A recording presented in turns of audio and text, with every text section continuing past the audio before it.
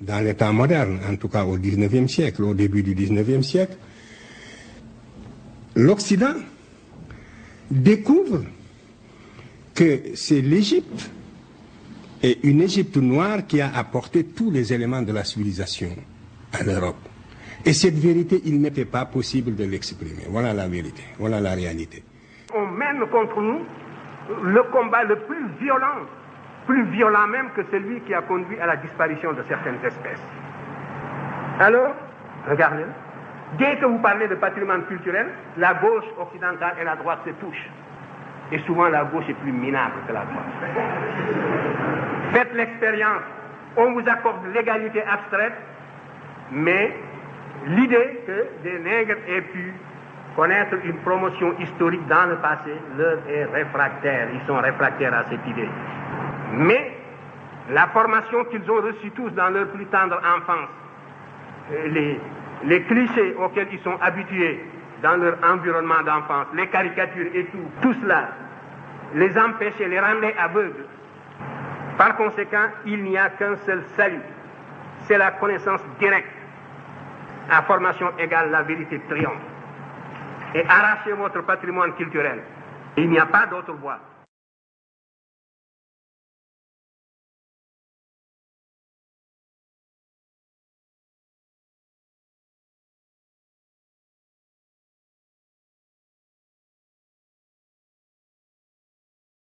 Moi, je suis allé à l'école et l'on nous disait que nous étions des étrangers en Afrique. Nous n'habitions pas l'Afrique, nous sommes venus par l'Océanie. Nous étions des occupants noirs comme le blanc est un occupant blanc. Et alors, c'est à l'occupant le plus fort qui déracine l'autre. Que le vrai indigène de l'Afrique, c'était le pygmée. Le noir est venu avant-hier, le blanc est venu hier, et puis c'est tout. Voilà comment on nous enseignait l'histoire. Et au-delà de 4 siècles, c'était la nuit noire, l'histoire africaine était suspendue en l'air. Il est évident que ce dogme, je ne pouvais pas l'assimiler. Et ce qui m'intéressait dans ma démarche, c'était donc retrouver vraiment, par la documentation, remonter le fil conducteur qui nous relie à nos ancêtres les plus lointains. C'était tout.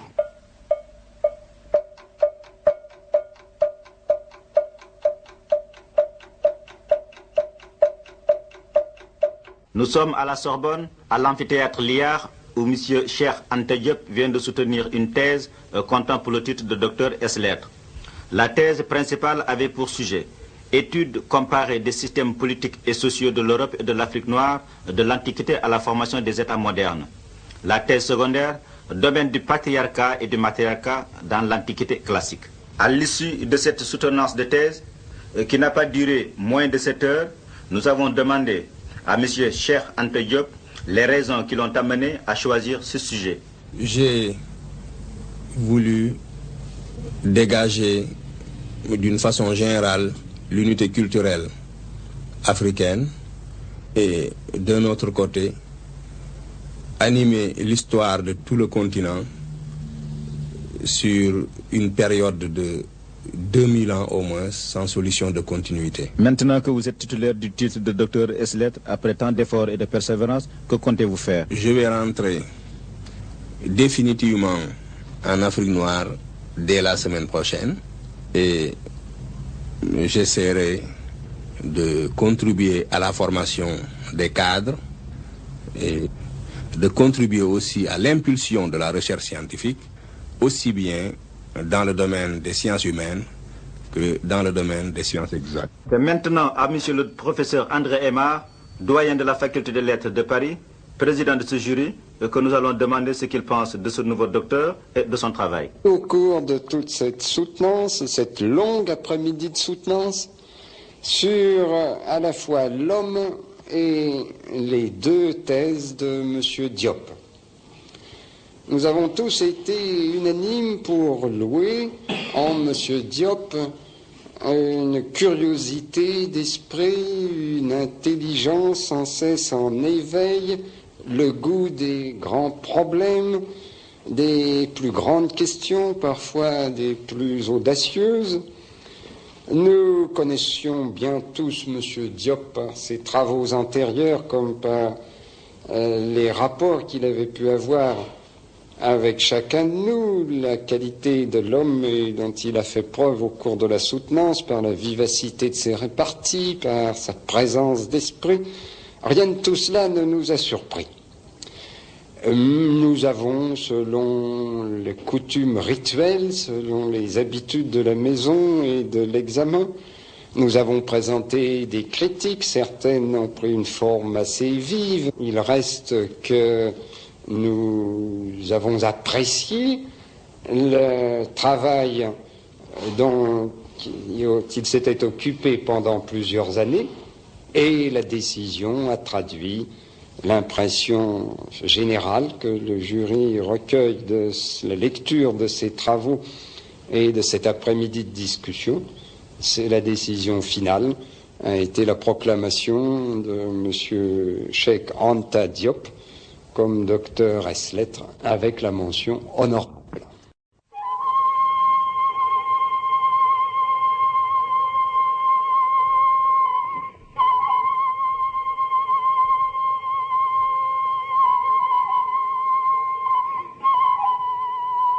L'origine de l'humanité.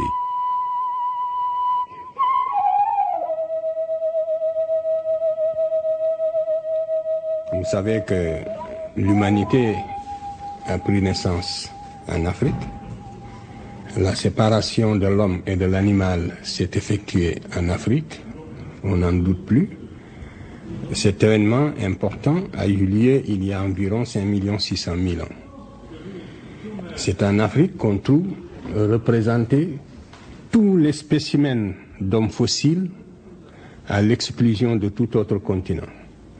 Les deux variétés d'Australopithèque, l'Australopithèque robustus, l'Australopithèque gracile, l'Homo habilis, l'Homo erectus, l'homme de Néandertal, l'ancien Homo faber donc, et l'Homo sapiens sapiens, l'homme 2 fois sage comme vous et moi. Ce dernier spécimen est né en Afrique il y a 120 000 ans. Et cette humanité est née sous l'équateur, sous la latitude du Kenya. C'est-à-dire sous une latitude où le flux de radiation ultraviolette est tel que tout organisme humain né sous cette latitude est nécessairement pigmenté et noir. Il n'aurait pas été possible à la première humanité de survivre si elle n'était pas pigmentée, la nature ne créant rien au hasard. Donc la pigmentation a une fonction protectrice de l'organisme et protège l'organisme contre les radiations ultraviolettes qui auraient détruit complètement toutes les cellules de l'organisme. Cette humanité s'est développée en Afrique de 120 000 ans à moins 40 000 ans. Elle est sortie de l'Afrique par 2 voies, par l'isthme de Suez, et c'est pour ça qu'on trouve des spécimens en Palestine, mais qui sont plus récents que les spécimens africains. Je connais ceux qui font ces fouilles dans cette région, en particulier le professeur Van der Merch. Mais lorsqu'on sert la chronologie de près, on voit que tous les spécimens trouvés en Palestine sont plus récents que les spécimens africains. C'était la voie de sortie de l'homme africain. Non pas seulement de l'Homo sapiens sapiens, mais aussi des spécimens fossiles qui n'ont pas survécu et dont je viens de parler. L'autre voie de sortie, c'est Gibraltar. C'est par là que les hommes sont passés. Ils ont laissé des traces. Toute la peinture dans les grottes, la peinture rupestre, montre que c'est par là que l'homme est sorti. C'est seulement au sud de l'Europe, vers les mers chaudes, vers la Crimée, le sud de la France, le sud de l'Espagne, ce sont ces régions-là qui étaient habitables. Et c'est là qu'on trouve concentrée la première humanité négroïde il y a 40 000 ans qui a vécu en Europe. Et autant il était nécessaire d'être noir pour survivre en Afrique, autant sous les climats froids, tempérés, où il n'y a pas de flux de radiation ultraviolette, il faut avoir une peau claire pour survivre. Et l'homme noir s'est dépigmenté, c'est une loi de la nature. Et sa morphologie également a changé à la suite de l'adaptation aux conditions de respiration dans le froid. Et le blanc, le premier type blanc est apparu, toute idéologie mise à part, il y a 20 000 ans au Solitréen, et c'est l'homme de Cro-Magnon. Le premier nègre, le premier habitant de l'Europe est un négroïde. qui est l'homme de Grimaldi. Quand je me situe seulement au stade de l'homo sapiens sapiens, j'ai laissé tomber les homo erectus et autres qui effectivement aussi sont sortis de l'Afrique parce que ça nous mènerait très loin. Donc voilà le processus par lequel le blanc est sorti du noir, déjà. Et toutes les autres races aussi par filiation plus ou moins indirecte. On aurait pu s'étendre et expliquer dans le détail comment cette humanité est sortie par le détroit de Bering pour aller peupler l'Amérique. Je m'en tiens là pour le processus du peuplement de la Terre, et aussi comment l'autre branche qui est passée par l'isthme de Suez est allée par les îles de la Sonde peupler aussi l'océan. Alors donc cette humanité qui est née en Afrique, qui était nécessairement négroïde, et qui est née aux sources du Nil, je reviens maintenant à l'Égypte. Cette humanité est née aux sources du fleuve Nil, exactement au sens propre du terme, et elle était noire foncée. Alors cette humanité a colonisé progressivement la vallée, avait devant elle 120 000 ans pour descendre de la région de l'Ouganda au delta du Nil. Voyez ?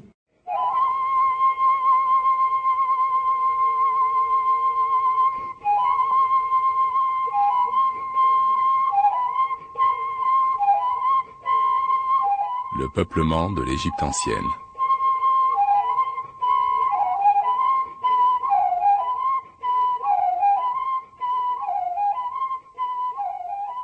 Le fait que les anciens Égyptiens aient été des Noirs nous est prouvé par plusieurs témoignages.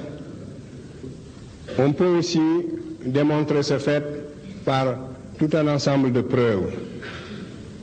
Je vous en citerai tout à l'heure quelques-unes, mais je vais commencer par les témoignages.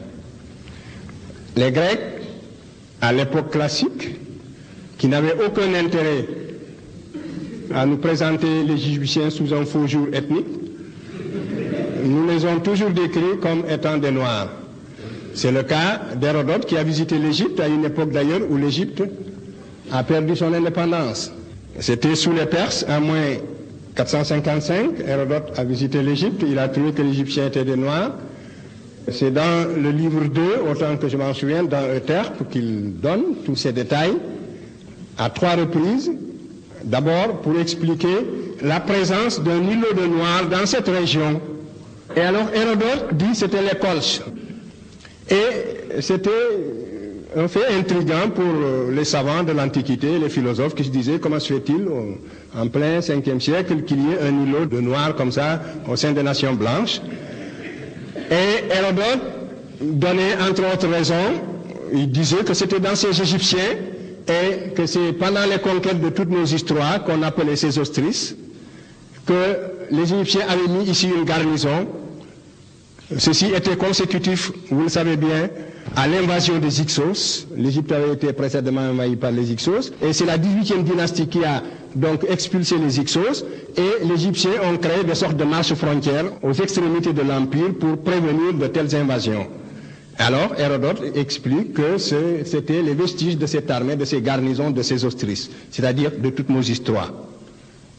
Et il dit que la preuve que c'était des Égyptiens, c'est que ils ont la peau noire et les cheveux crépus, mais que ça ne suffit pas comme preuve parce que en plus de ça, il y a le fait aussi qu'ils sont circoncis, etc. Alors donc, nous avons là un témoignage d'Hérodote très précis. De même, lorsque Hérodote parle de la fondation de l'oracle de Jupiter Ammon en Libye, il explique encore que ce sont 2 femmes qui ont été volées par les Phéniciens à Thèbes. Les Phéniciens auraient pris 2 femmes à Thèbes pour venir fonder l'oracle de Jupiter Ammon ici. Hérodote dit que ces femmes étaient des Égyptiennes, parce que quand on nous dit que les femmes étaient symbolisées par des colombes, alors Hérodote dit que quand on nous dit que ces femmes étaient ou ces colombes étaient noires, on nous laisse entendre que ces femmes étaient égyptiennes. Il en est de même d'Aristote, le précepteur d'Alexandre. Dans Physionomie, il a laissé encore un témoignage montrant que les anciens Égyptiens étaient des Noirs. C'est le cas d'Échille, dans les Suppliantes. Échille décrit l'Égyptien, n'est-ce pas, qui ramait dans les Égyptiades, qui donc comme des Noirs. Il en est de même de Diodore de Sicile, qui a vécu sous César Auguste, et de Strabon également, et Strabon pourtant était un chauvin. Mais Strabon, lui aussi, avait décrit les Égyptiens comme des Noirs. De même, Ammien Marcellin et Achille Tacius. Et la description d'Achille Tacius est intéressante Parce qu'il donne un détail sur ce qu'il appelle les bouviers du delta. Et ces indications nous donnent presque la certitude que cette population était probablement les Peuls actuels. Et ceci vient corroborer tous les faits partiels que nous avions trouvés déjà sur l'origine des Peuls, mais il les décrit comme des bouviers qui sont très belliqueux, qui vivent dans la région du delta et qui étaient déjà fortement métissés. Il les trouve noirâtres comme les Éthiopiens, etc. Alors, je pense que les bouviers du delta d'Achille Tacius, ce sont probablement un rameau des Peuls, et ceci pourrait être une piste pour la recherche africaine. De même, Apollodore également et Diogène Laërce ont déposé dans le même sens, ainsi de suite.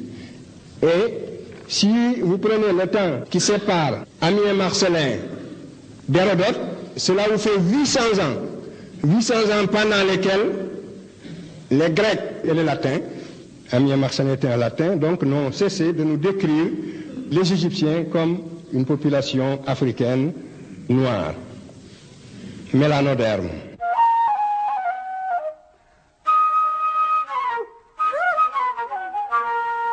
La Bible, le témoignage de la Bible doit être pris en considération. Et la Bible nous apprend de façon très nette que l'Égypte était habitée et l'Égypte était une nation noire. Prenez la Genèse, prenez l'Exode. La Genèse dit justement que Cam, n'est-ce pas, les descendants de Cam, ce sont Misraïm, c'est-à-dire l'Égypte, Couche, l'Éthiopie, Canaan, Pout et Avila, n'est-ce pas, Saba, qui sont en Arabie, et Loudim qui serait, n'est-ce pas, en Libye avant l'arrivée du Libyen le Coderme. Parce qu'il y a eu dans cette région-là, ce qui induit souvent en erreur, c'est qu'il y a eu un Libyen noir qui a précédé le Libyen blanc, qui n'est arrivé qu'à l'époque où les peuples de la mer ont commencé à envahir l'Égypte sous la 19e dynastie. Ensuite, le témoignage de la tradition arabe et musulmane. Il est certain que pour tous les savants arabes qui ont écrit, pour toute la tradition musulmane, l'Égyptien ancien était des Noirs.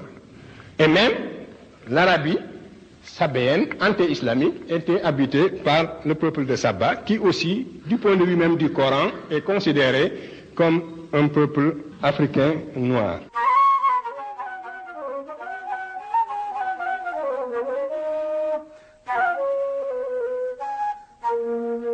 J'en arrive maintenant, très rapidement, aux autres preuves. Les preuves positives que l'on peut fournir montrant que les anciens Égyptiens étaient des Noirs, il y en a une qui résulte de mes propres investigations. Je m'étais dit que si les anciens Égyptiens sont des Noirs, on peut le savoir en étudiant la peau des momies. Effectivement, j'ai procédé à une telle étude et j'ai déposé la conclusion dans un article, j'en ai parlé aussi dans le cadre du congrès du Caire. C'est-à-dire que si vous faites des prélèvements, vous pouvez monter des préparations de l'ordre de quelques microns, de quelques 4 à 5 mu. Vous pouvez éclaircir avec du benzoate d'éthyle. Vous pouvez regarder en lumière polarisée ou même en lumière naturelle. Si vous regardez en lumière polarisée, vous pouvez rendre fluorescents les grains de mélanine. Et il reste encore, quel que soit le traitement de la peau de la momie, il reste encore suffisamment de mélanocytes avec suffisamment de grains de mélanine pour qu'on se rende compte que c'est une peau qui contient un taux de mélanine incompatible, n'est-ce pas, avec l'idée d'une race leucoderme. Et une autre preuve, c'est le canon de Lepsius. Vous savez que Lepsius est un Prussien du 19e siècle, mais c'était un savant de bonne foi. Et je crois que nous devons rendre hommage aux savants de bonne foi, ceux qui ont le courage. Moi, je respecte l'objectivité. L'objectivité est une force qui n'est pas donnée à tout le monde. Il a établi ce qu'on a appelé le canon de Lepsius, c'est-à-dire des mensurations ostéologiques. Il a fait un quadrillage de l'Égyptien parfait et il décrit l'Égyptien parfait comme un nigricien.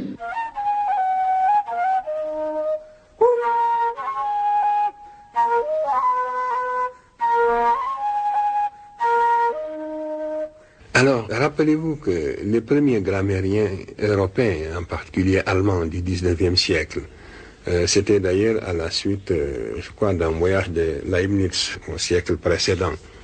Donc Leibniz avait déjà constaté qu'il y avait une parenté entre le germanique et le vieux persan. Il l'avait vaguement perçu. Et au XIXe siècle, les grammairiens allemands se sont mis à travailler et progressivement, on est arrivé donc à dégager ce qu'on appelle la famille indo-européenne au début du XXe siècle. Et on est arrivé par des méthodes linguistiques rigoureuses à établir, n'est-ce pas, l'existence d'une grande famille indo-européenne. Alors, au début, il ne peut pas en être autrement. J'ai comparé le Wolof avec l'égyptien ancien. On a dit qu'il fallait donc faire l'inverse, plutôt dégager une famille africaine et puis ensuite comparer cette famille avec l'égyptien. C'est une façon de parler.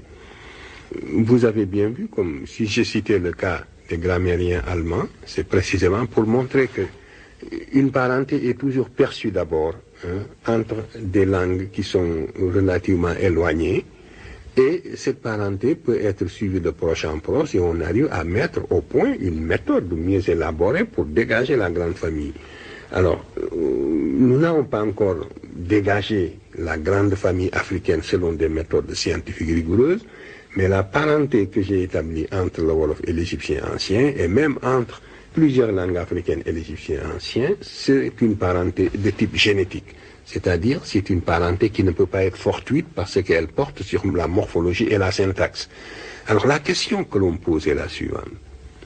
Comment se fait-il que ces formes grammaticales soient conservées à travers le temps? Ça, c'est un problème d'histoire, mais que cette parenté soit évidente, qu'elle existe, il n'y a pas de doute. Alors, il y a le fait, je crois, pour répondre partiellement à cette question, on s'aperçoit que si les langues européennes ont évolué très vite, surtout les langues romanes, si à partir du latin, si le latin a éclaté en quelques siècles pour donner naissance aux langues romanes, c'est à cause des invasions barbares. L'Europe a connu des bouleversements sociopolitiques extraordinaires à la fin de l'Antiquité. Et des gens d'un autre parler sont venus qui ont bouleversé complètement le latin et qui l'ont déformé de plusieurs manières, et ça a donné naissance aux langues romanes. Alors, un phénomène de ce genre ne s'est pas produit en Afrique, et c'est la raison pour laquelle les formes linguistiques ont été conservées pendant un laps de temps si long. C'est de cette manière qu'il faut comprendre ce qui nous paraît au premier abord comme invraisemblable. Mais le fait existe. L'égyptien ancien est une langue africaine, n'est-ce pas? Et c'est l'attestation écrite la plus ancienne des langues africaines. Et cela nous permet aujourd'hui donc de faire de la linguistique diachronique. Cela nous permet, disposant de ces formes archaïques en quelque sorte, nous avons la possibilité de faire de l'archéologie linguistique en quelque sorte à partir des formes égyptiennes. Et donc c'est d'un intérêt scientifique immense.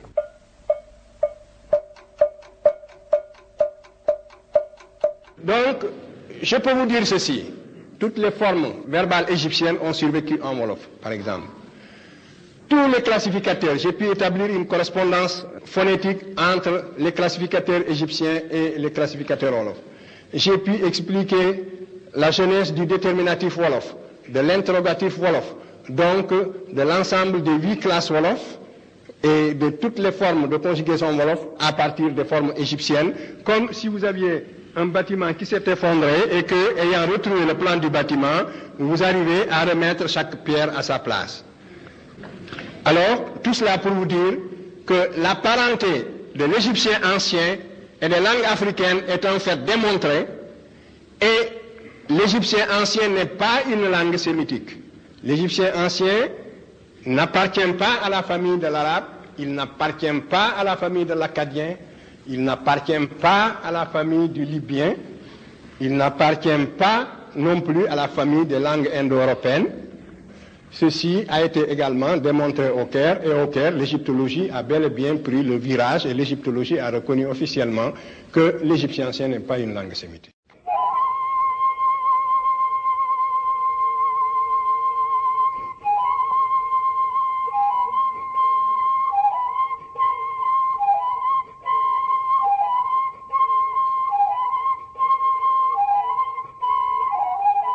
L'apport de l'Égypte à la Grèce antique.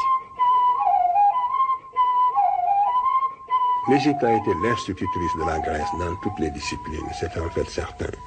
Ce sont les Grecs eux-mêmes qui le disent, ce sont eux-mêmes qui nous l'apprennent. Les Grecs étaient très fiers de dire qu'ils sont allés s'instruire en Égypte pour dire qu'ils sont devenus des savants comme les Africains. Nous sommes aujourd'hui souvent fiers de dire que nous avons été faire des études à Londres ou à Paris, ou à Berlin. Alors, voilà quels étaient les rapports. Il n'est arrivé à aucun moment à la Grèce l'idée de se comparer à l'Égypte, justement. Même la Grèce, n'est-ce pas, de l'époque classique, a continué à vénérer l'Égypte. Et c'est cela qui frappe aujourd'hui l'imagination des spécialistes. C'est cela qu'ils veulent nier. Vous ne pourrez pas trouver dans les textes grecs de l'époque classique une contestation de l'Égypte en tant que mère des sciences. Au contraire. Diodore de Sicile l'a suffisamment montré. Hérodote l'a suffisamment montré. Strabon parle également même des Grecs célèbres qui ont fait un stage en Égypte, comme Platon et Eudoxe. Thalès, qui a introduit la géométrie en Grèce, est allé s'instruire en Égypte, d'après la tradition grecque même. Pythagore également, il est resté 22 ans, comme je vous le disais. Démocrite, tous les grands savants grecs se sont instruits en Égypte. Et à l'époque ptolémaïque, ils vont venir tous s'installer à Alexandrie. Pourquoi? Comment se fait-il que le foyer de rayonnement de la Grèce se trouve hors de la Grèce précisément? C'est comme si, par exemple, la France impériale avait installé le centre de son développement culturel et intellectuel à Dakar et non pas à Paris. Comment expliquer cette anomalie? Comment se fait-il que toutes les sciences grecques se soient développées en Égypte et non pas en Grèce? Euclide, c'était en Égypte. Aristote, il était allé en Égypte. Tous les savants grecs qui ont fait l'honneur, qui ont fait la réputation de la Grèce, étaient en Égypte, et surtout à l'époque hellénistique.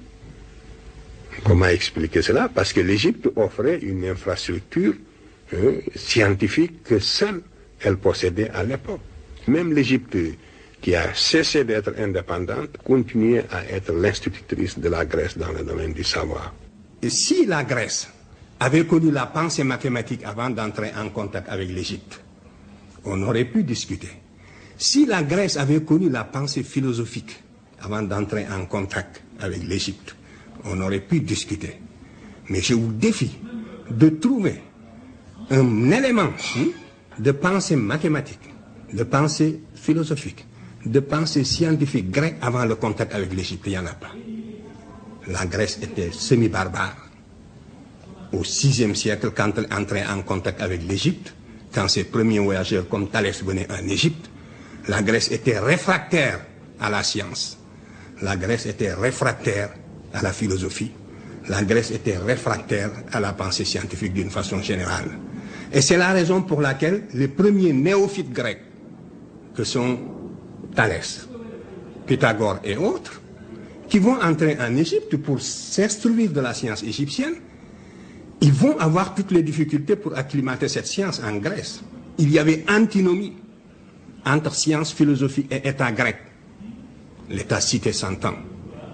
Par contre, la science est née à l'ombre du pouvoir politique en Égypte, était au service du pouvoir politique, et la pensée philosophique aussi. Et donc, voilà comment cette science s'est développée en Afrique noire, et voilà comment elle s'est propagée en Méditerranée septentrionale. Et seuls les Grecs qui ont vécu en symbiose avec l'Égypte ont pu hériter de ces éléments.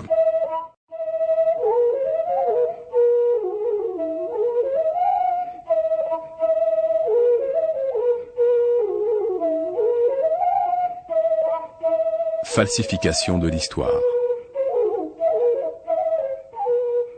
Ce qu'il faut noter, c'est que au moment où l'impérialisme, n'est-ce pas, atteint son apogée en quelque sorte, dans l'État moderne, en tout cas au XIXe siècle, au début du XIXe siècle,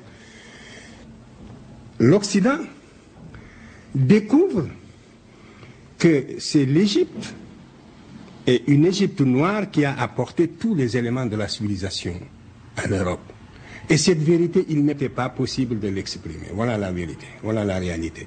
C'est que l'Occident, qui se qui se croyait chargé d'une mission civilisatrice en direction de l'Afrique, découvre, en fouillant dans le passé, que c'est précisément cette Afrique noire, aujourd'hui son esclave, cette Afrique noire apparemment en régression, c'est bel et bien cette Afrique noire qui lui a donné tous les éléments de la civilisation, aussi extraordinaire que cela puisse paraître. Et cette vérité, tous les savants n'étaient pas également disposés à l'exprimer sans nuance.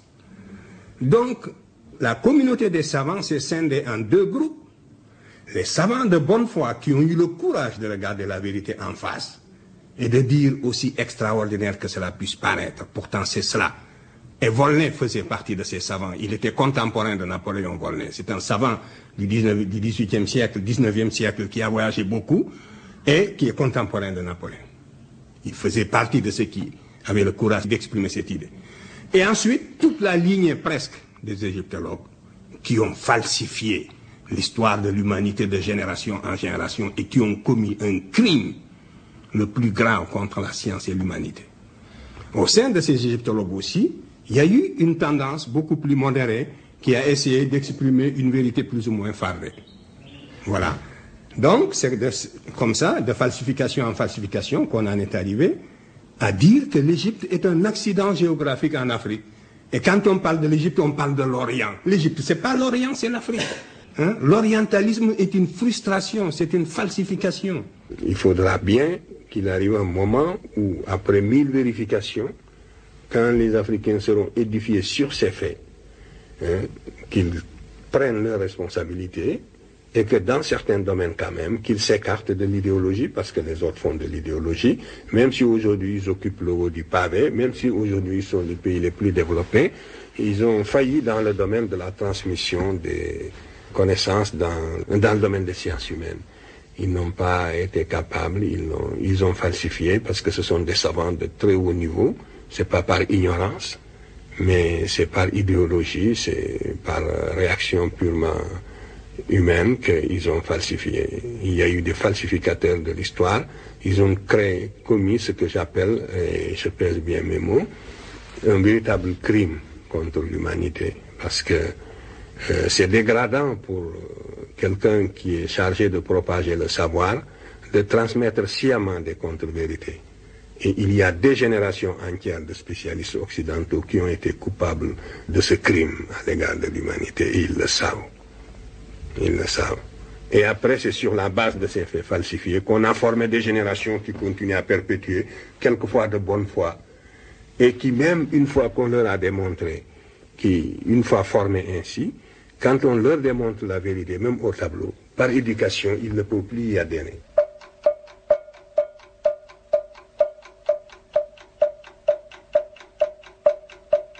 Ce qui m'intéressait, c'était donc de retrouver ce chemin humble qui me conduirait à nos ancêtres les plus lointains. Et quand je suis tombé sur l'Égypte, mes camarades le savent de ma génération, j'étais gêné, ça ne m'intéressait absolument pas de tomber sur l'Égypte, pour ce que je cherchais. C'est le fil conducteur, c'est la continuité, c'est la restauration de la conscience historique qui m'intéressait. C'est cette conscience historique qui est le ciment, qui réunit les individus d'un peuple, qui fait qu'un peuple n'est pas une population, un agrégat d'individus sans lien.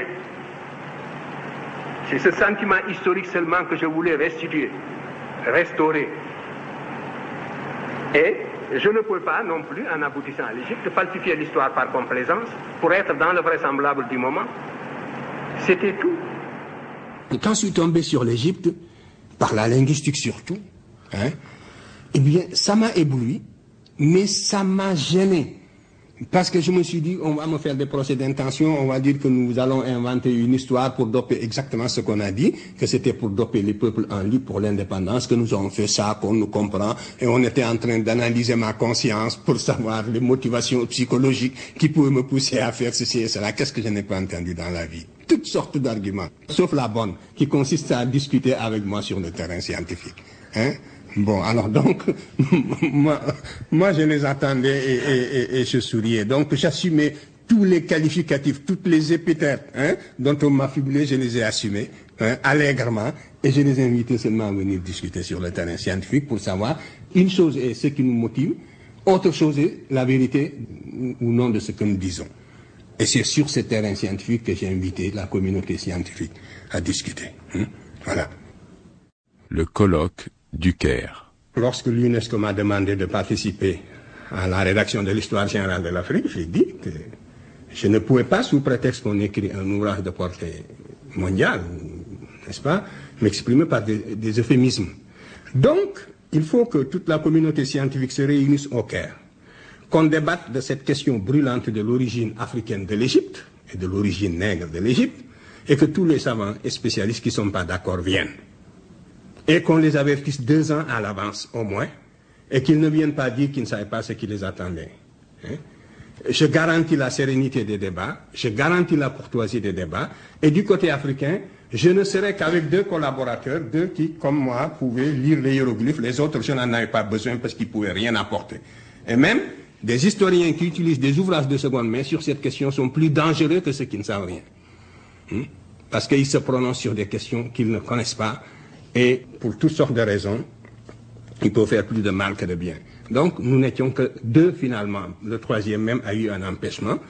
Et cela permettait d'élargir la délégation occidentale et de faire venir tous ceux qui le voulaient. L'Amérique était représentée par son département même d'égyptologie à Luxor.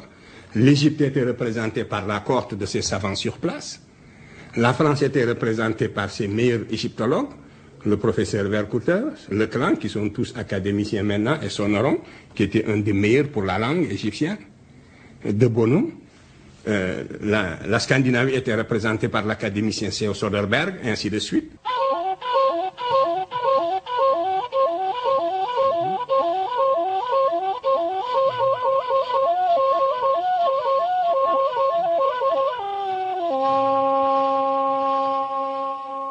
Maintenant, à propos du colloque du Caire, ça a été un combat à armes courtoises,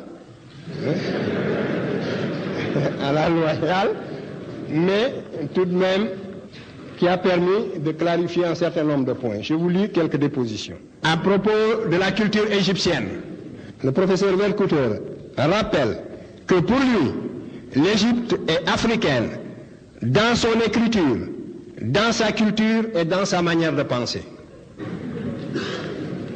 Le professeur Leclan est devenu académicien depuis. Il est le plus jeune membre de l'Institut.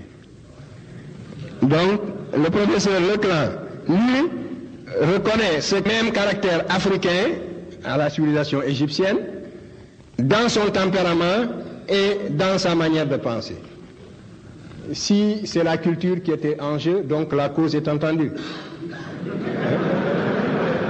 Il s'agissait de trouver la culture antérieure à laquelle il était légitime pour les Africains de rattacher leur culture actuelle. Cette question a été tranchée par les débats du Caire. En tout cas, voilà les dépositions de la bouche même de nos interlocuteurs, de ceux qui avaient été désignés pour discuter la question avec nous.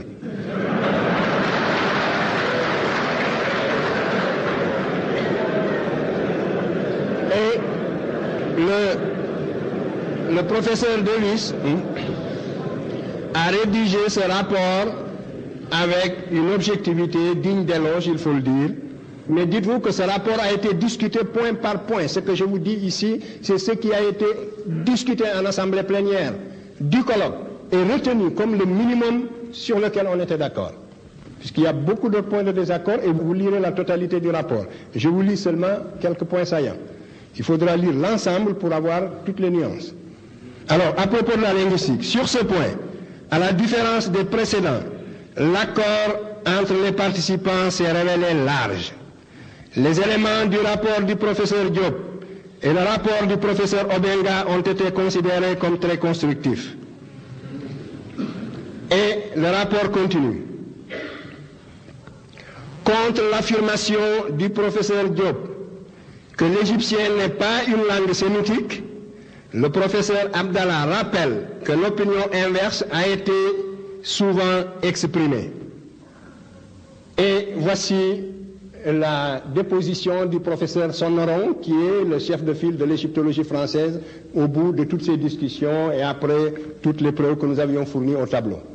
Je rappelle également, pour que vous compreniez bien le sens des phrases que je vais vous lire, que chaque fois que nous faisions une démonstration au tableau Obenga et moi-même, nous insistions, je prenais soin d'insister sur la valeur de la méthode que nous appliquions.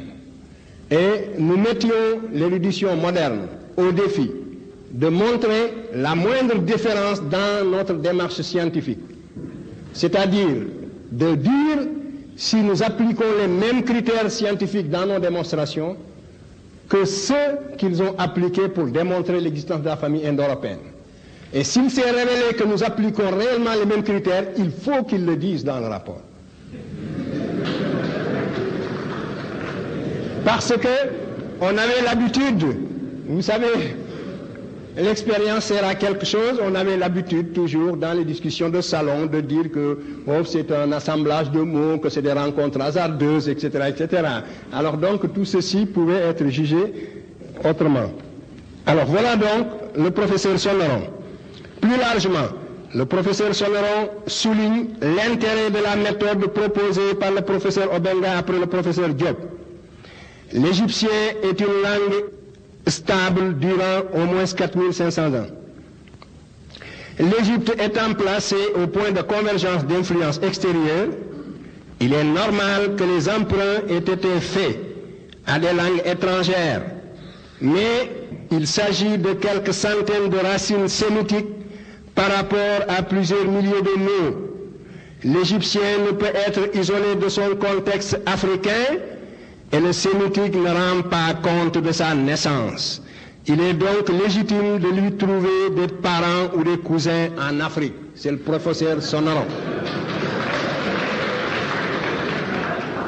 Vous voyez donc que l'égyptologie a pris le virage de la façon la plus officielle.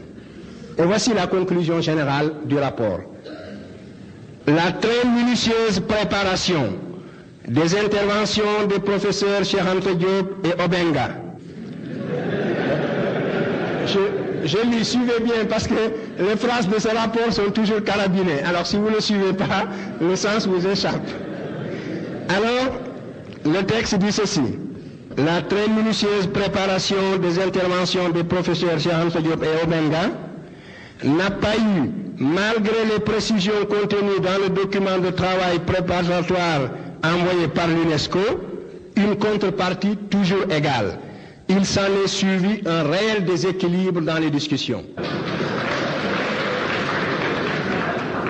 Sur le plan de la méthodologie scientifique, il faut absolument être sévère avec soi-même. Si nous critiquons la partialité des autres pour tomber dans le même travers, ce n'est plus la peine. À ce moment aussi, nos œuvres, tout ce que nous aurons fait sera frappé de la même caducité. Je crois que sur le plan de la rigueur scientifique, il n'y a pas de concession à faire. Il faut absolument être sévère avec soi-même. Ou alors peut-être quelque chose qui va être sans doute important dans l'élaboration et dans l'écriture de l'histoire africaine, c'est l'utilisation de la tradition orale. Oui, mais la tradition orale est très riche d'informations, mais la difficulté réside dans le fait que le cadre chronologique n'est pas précis. Il est extrêmement difficile de loger les faits que l'on relate dans la tradition orale dans leur vrai cadre chronologique. Les faits relatés ont une base historique, mais après ils sont délogés de leur cadre chronologique et il faudra un travail extraordinairement sérieux pour arriver à les replacer dans leur vrai cadre chronologique. C'est ça la grande difficulté lorsque nous parlons de la tradition orale, sinon de sa richesse personne ne doute, tout le monde en convient. Et c'est une source très importante pour écrire l'histoire africaine, une source que personne ne peut négliger. Mais nous devons avoir toujours présent à l'esprit le problème du cadre chronologique. Justement, vous faites bien de souligner le fait que la tradition orale, il ne faut pas la négliger, parce que pour des cultures essentiellement orales, c'est très important, donc cette façon de conserver un certain nombre d'événements. Mais je pense que l'historien africain a quand même recours à d'autres sources de documents. Bien sûr. D'abord des sources archéologiques qui prendront de l'importance de plus en plus avec le temps, au fur et à mesure que les équipes archéologiques seront formées pour fouiller. Je crois que la plupart des informations qui nous seront utiles pour l'histoire africaine sont maintenant dans la terre. Il faudra bien que nous fassions parler les témoignages archéologiques, les fossiles, plus qu'on ne l'a fait jusqu'ici. Et en attendant, il faut faire flèche de tout bois. Nous avons surtout, pour la période du Moyen-Âge, nous avons des chroniqueurs arabes pour l'Afrique de l'Ouest, les Tariq el-Soudan, les Tariq el-Fitash, qui sont écrits, qui sont des textes historiques de très grande valeur, qui ont été écrits par des lettrés africains de l'université de Tombouctou. Et nous avons tous les textes arabes des voyageurs, comme Bekri, comme Idrissi, comme Ibn Battuta, qui a visité le Soudan, et bien d'autres écrivains arabes.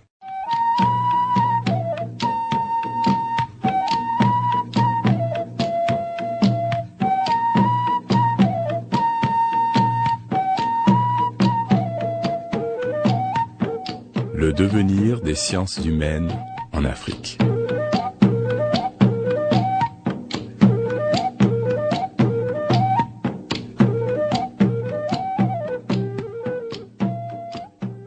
On m'a fait beaucoup de procès d'intention, mais des études venant prouver le contraire, on n'a pas pu en faire de consistantes. Jusqu'à maintenant? Non, jusqu'à maintenant, si vous en connaissez, dites-le moi. Je crois que le colloque du Caire en est la preuve. Comme je l'ai dit hier, c'est moi-même qui avais demandé la tenue de ce colloque, parce que j'étais beaucoup gêné lorsqu'il s'est agi d'écrire l'histoire générale de l'Afrique. Je savais qu'on continuerait à faire des procès d'intention et à dire que nous soutenons des thèses qui ne sont pas tout à fait démontrées. Et j'ai pris les devants en disant que pour utiliser ces thèses dans l'histoire qu'on va écrire, je voudrais qu'on les discute au préalable avec le monde, la communauté scientifique internationale. Et que la communauté scientifique internationale accepte d'en éprouver la consistance. Ce qui a été fait, et vous connaissez la suite. 28 ans après, d'ailleurs, bon, ça n'a pas changé, puisque... Ça change, ça, si vous voulez, ça a évolué, mais positivement, le point de vue a évolué, c'est-à-dire que de nouveaux arguments très forts sont venus s'ajouter à ceux dont je disposais à cette époque-là, et des arguments de toute nature, d'ordre linguistique, d'ordre anthropologique, et tout. C'est certain. Il est certain que les Égyptiens étaient des Africains, ça on peut le démontrer de plusieurs manières. Et la civilisation égyptienne avait des tares, elle avait des faiblesses. Je crois qu'il faut qu'on évite de... Je n'ai pas cherché à déifier l'Égypte, j'ai cherché seulement à connaître le patrimoine culturel de l'Afrique pour que les Africains puissent bâtir un corps de sciences humaines. Imaginez un peu l'Occident coupé du passé gréco-latin. J'ai défié n'importe quel Européen de bâtir un corps de sciences humaines. Il ne le pourrait pas. Si l'Europe a pu bâtir un corps de sciences humaines, c'est parce qu'il y a ce va-et-vient constant vers le passé gréco-latin. Donc, l'Afrique coupée de son vrai passé, l'Afrique coupée de ses véritables antiquités, ne pourrait pas bâtir un corps de sciences humaines parce qu'il lui manquerait ce référentiel culturel, sans quoi il est impossible de bâtir un corps de sciences humaines. Alors, c'est le seul intérêt culturel que cela présente. Vous voyez, là, nous pouvons faire de la diachronie parce que nous avons pu, de cette manière, introduire la dimension historique. Donc, nous pouvons remonter dans le temps et voir quelles sont les formes antérieures qui existaient avant les formes linguistiques actuelles.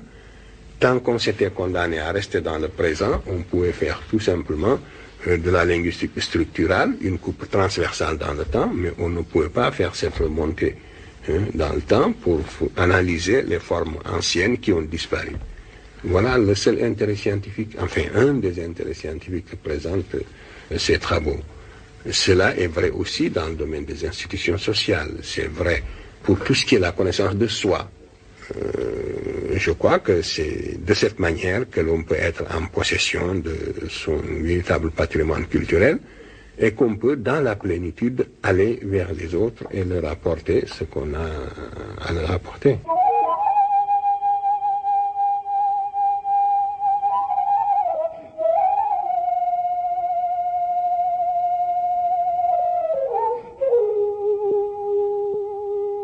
maintenant, c'est les Africains qui doivent prendre leur histoire en charge pour l'écrire correctement, sans aucun doute.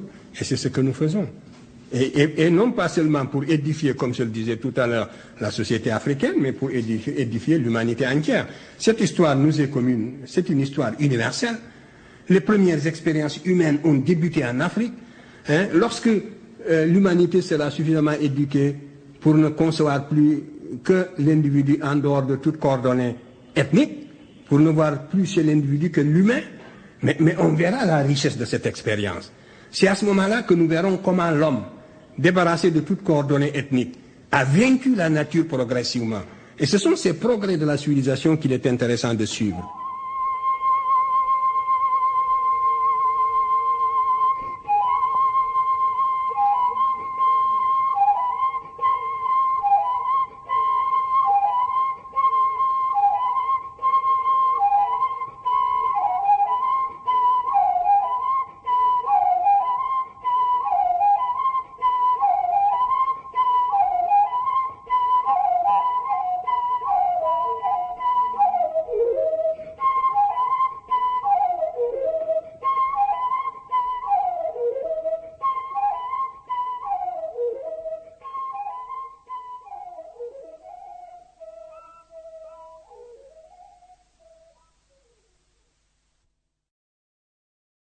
« 1974, colloque d'égyptologie au Caire. Je me suis livré personnellement à une étude de l'anthropologie physique des anciens Égyptiens et voici ma contribution personnelle dans ce domaine. Une légende tenace a fait croire que les procédés de momification qui sont à base de sel, souvent, et qui contiennent aussi des bitumes, ces produits détruisent l'épiderme à telle enseigne qu'il ne reste plus rien et qu'il n'est plus possible scientifiquement d'étudier la peau des momies pour en déduire leur ethnie. Ce point de vue est absolument erroné. Je l'affirme sur la base de mes propres investigations. J'ai étudié les momies égyptiennes qui se trouvent au laboratoire d'anthropologie physique du Musée de l'Homme à Paris, qui viennent des fouilles de Mariette. J'ai fait monter des préparations par notre laboratoire du département des vertébrés et de physiologie de la faculté des sciences de Dakar.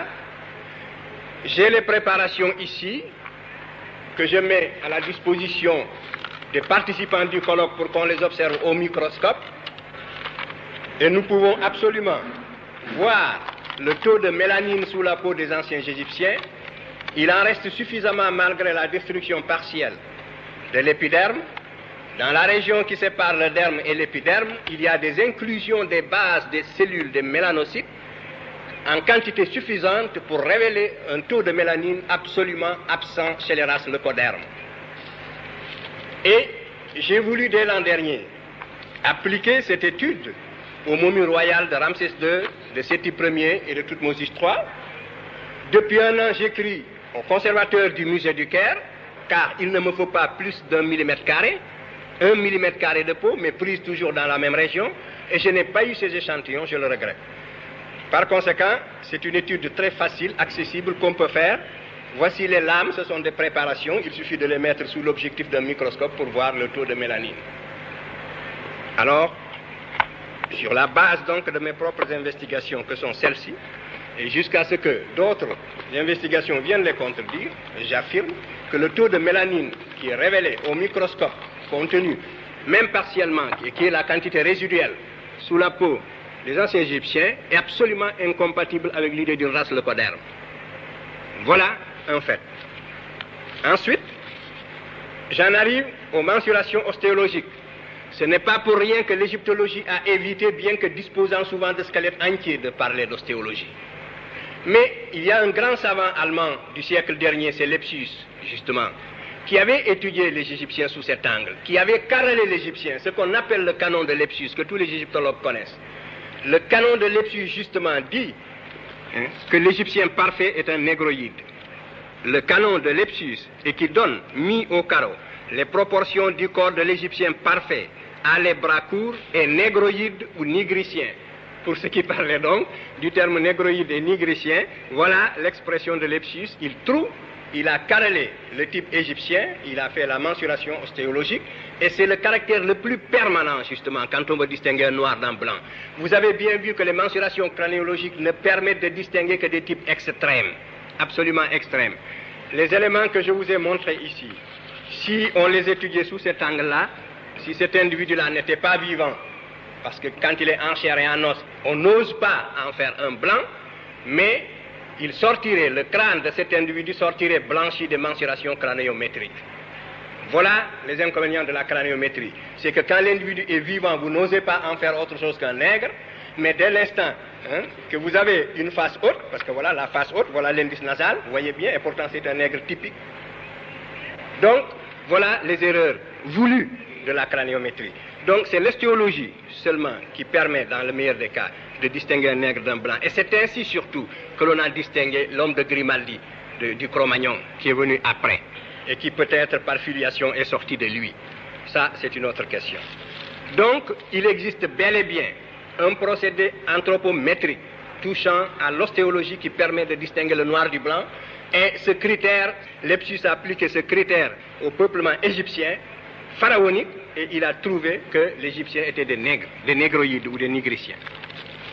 C'est la raison pour laquelle peut-être l'égyptologie a souvent tué les mensurations ostéologiques. Enfin, le groupe sanguin. Le groupe sanguin, même sur les cadavres de la protohistoire, on peut encore déterminer le groupe sanguin. Par conséquent, ici, il serait extrêmement intéressant, toutes les races qui ont été étudiées, tous les restes humains qui ont été étudiés déjà, peuvent être repris sous cet angle-là, sous l'étude du groupe sanguin. Parce que nous savons justement que c'est le groupe sanguin A2 qui est vraiment caractéristique du blanc avant tout métissage. Les Américains ont fait des travaux très poussés dans ce domaine-là. Alors il faudra rechercher le groupe A2 en Égypte. Parce qu'en attendant, l'Égypte appartient absolument, et toute l'Égypte jusqu'au delta, appartient au groupe B, qui est encore le groupe de l'Afrique occidentale. Il y a là encore un autre fait qu'il faut prendre en considération, et à l'exclusion du groupe A2 qui est caractéristique de la race blanche avant métissage. Deuxième fait. Voilà donc pour ce qui est de l'anthropologie physique. Mais il y a un autre faisceau de preuves sur lequel il faut insister et qu'on ne peut pas minimiser non plus. Les ancêtres des Européens actuels, les Latins et les Grecs, qui étaient arrivés au stade de la lucidité et de la maturité, les philosophes, les savants de l'Antiquité ont tous déposé dans le même sens. Et ils nous ont presque unanimement tous dit que les anciens Égyptiens étaient des nègres. Et les Grecs, à l'apogée de leur civilisation, n'avaient aucun intérêt au 5e siècle, au moment où l'Égypte avait déjà perdu son indépendance sous les Perses. Parce que c'est à cette époque qu'Hérodote a visité l'Égypte. Les Grecs n'avaient aucune raison particulière de nous dire que les Égyptiens étaient des nègres et que ce sont eux qui leur ont donné tous les éléments de la civilisation. Et nous sommes pratiquement au bout du métissage égyptien. Ça faisait 3000 ans d'histoire pendant lesquelles les Égyptiens se métissaient, mais malgré ce métissage intense, le peuple égyptien était plus ou moins comparable au peuple antillais. Les constantes raciales n'étaient pas bouleversées. On n'avait pas l'impression d'avoir un blanc devant soi, parce que tous les témoignages de l'Antiquité sont là unanimes. Donc, je passe, et j'en arrive à l'époque moderne, ce qui fait qu'en pleine époque d'esclavage, quand un savant français de bonne foi a visité l'Égypte, il n'a pas pu s'empêcher de pousser un cri. Il s'agit de Volney, qui a visité l'Égypte entre 1783 et 1785, et il décrit les Coptes. Tous ont le visage bouffi, l'œil gonflé, le nez écrasé, la lèvre grosse, en un mot, un vrai visage de mulâtre. J'étais tenté de l'attribuer au climat lorsque, ayant été visiter le Sphinx, son aspect me donna le mot de l'énigme. En voyant cette tête caractérisée de nègre dans tous ses traits, je me rappelais ce passage remarquable d'Hérodote où il dit, pour moi, j'estime que les Colches sont une colonie des Égyptiens, etc. Parce que comme eux, ils ont la peau noire et les cheveux crépus. Et Volney dit plus loin, quel sujet de méditation de voir la barbarie et l'ignorance actuelle des Coptes, issus de l'alliance du génie profond des Égyptiens et de l'esprit brillant des Grecs, de penser que cette race d'hommes noirs, aujourd'hui notre esclave, est l'objet de nos mépris, et c'est là même à qui nous devons nos arts, nos sciences et jusqu'à l'usage de la parole, etc.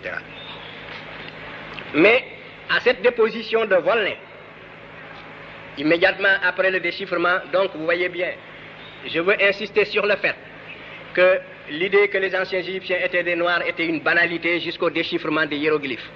Et c'est à ce moment-là, avec l'apogée de l'impérialisme, qu'il était devenu inadmissible de continuer à penser ainsi. Et l'égyptologie est née en même temps. L'égyptologie a fourni en même temps qu'elle naquit un effort de négation pour gommer en quelque sorte, effacer l'origine négroïde.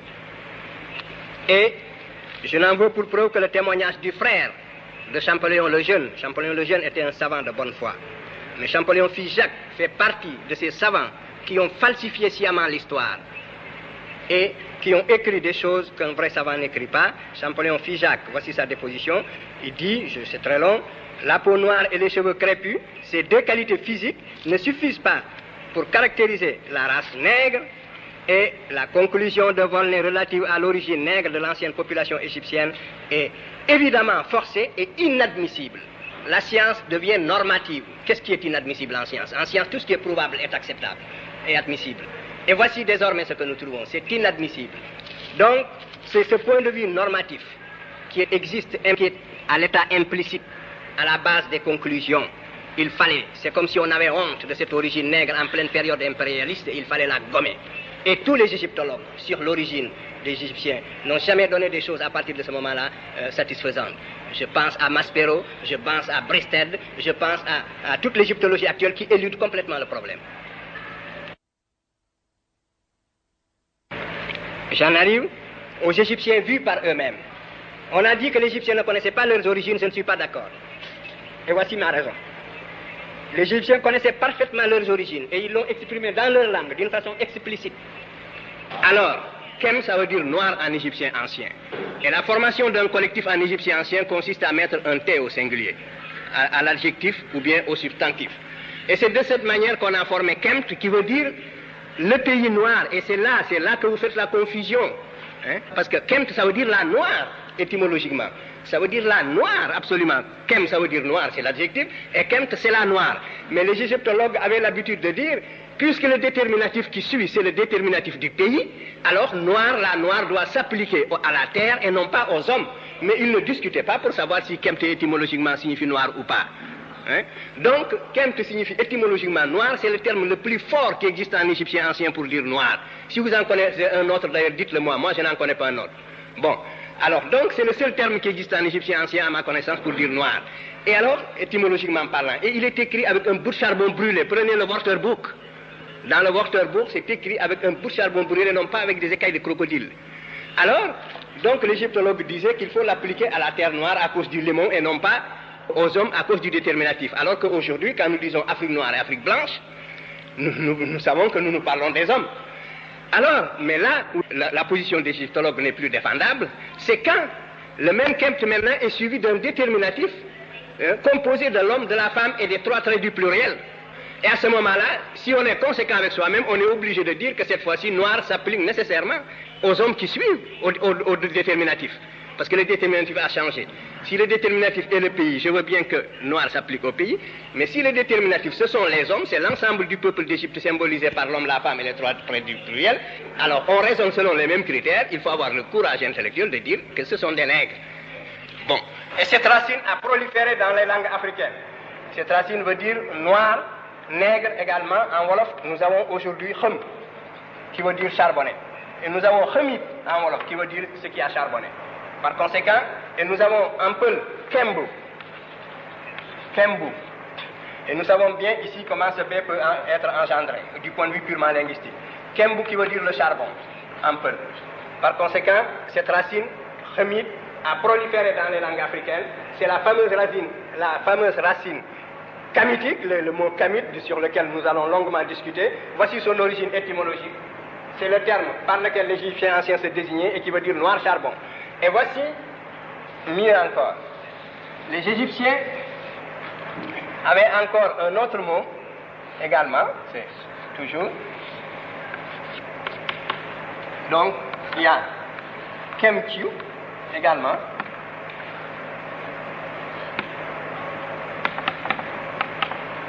C'est un autre adjectif national qui se transcrit Kem-Kyu, qui veut dire les nègres. Et ce sont ces deux adjectifs nationaux que l'Égyptien utilisait pour se désigner.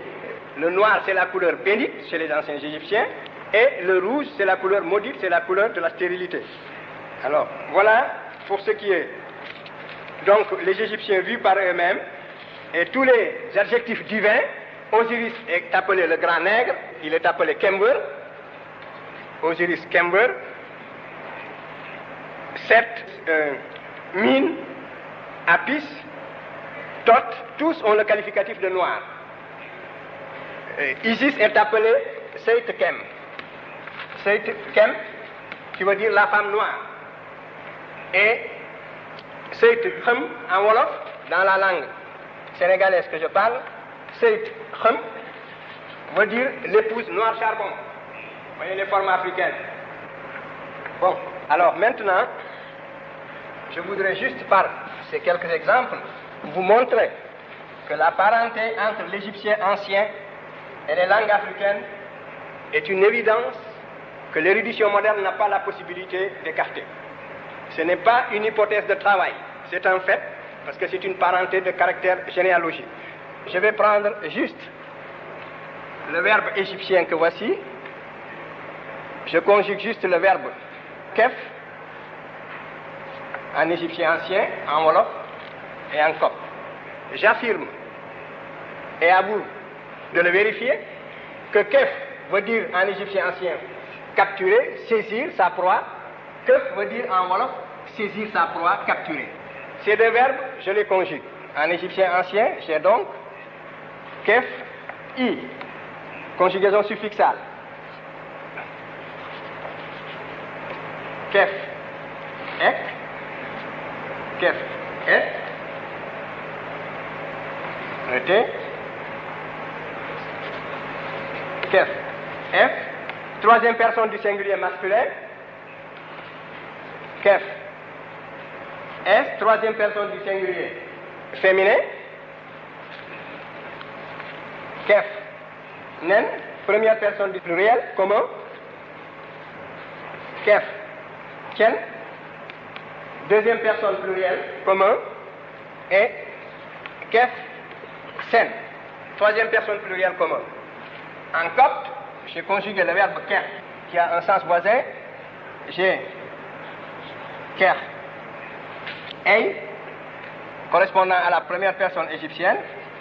J'ai ker, ek, même pronom qu'en égyptien. Ker, ere, ker, f, même pronom à la troisième singulier masculin, et ker, s, pluriel, ker, nen, et ker, ketou, et ker, ei. Voilà le copte. Et en wolof, j'ai keuf, na, keuf, nga, keuf, na, et à la troisième personne du singulier, j'ai justement ces deux formes qui sont devenues des formes indéfinies parce que le féminin désinentiel n'existe plus en wolof, donc ils sont devenus des préonasmes.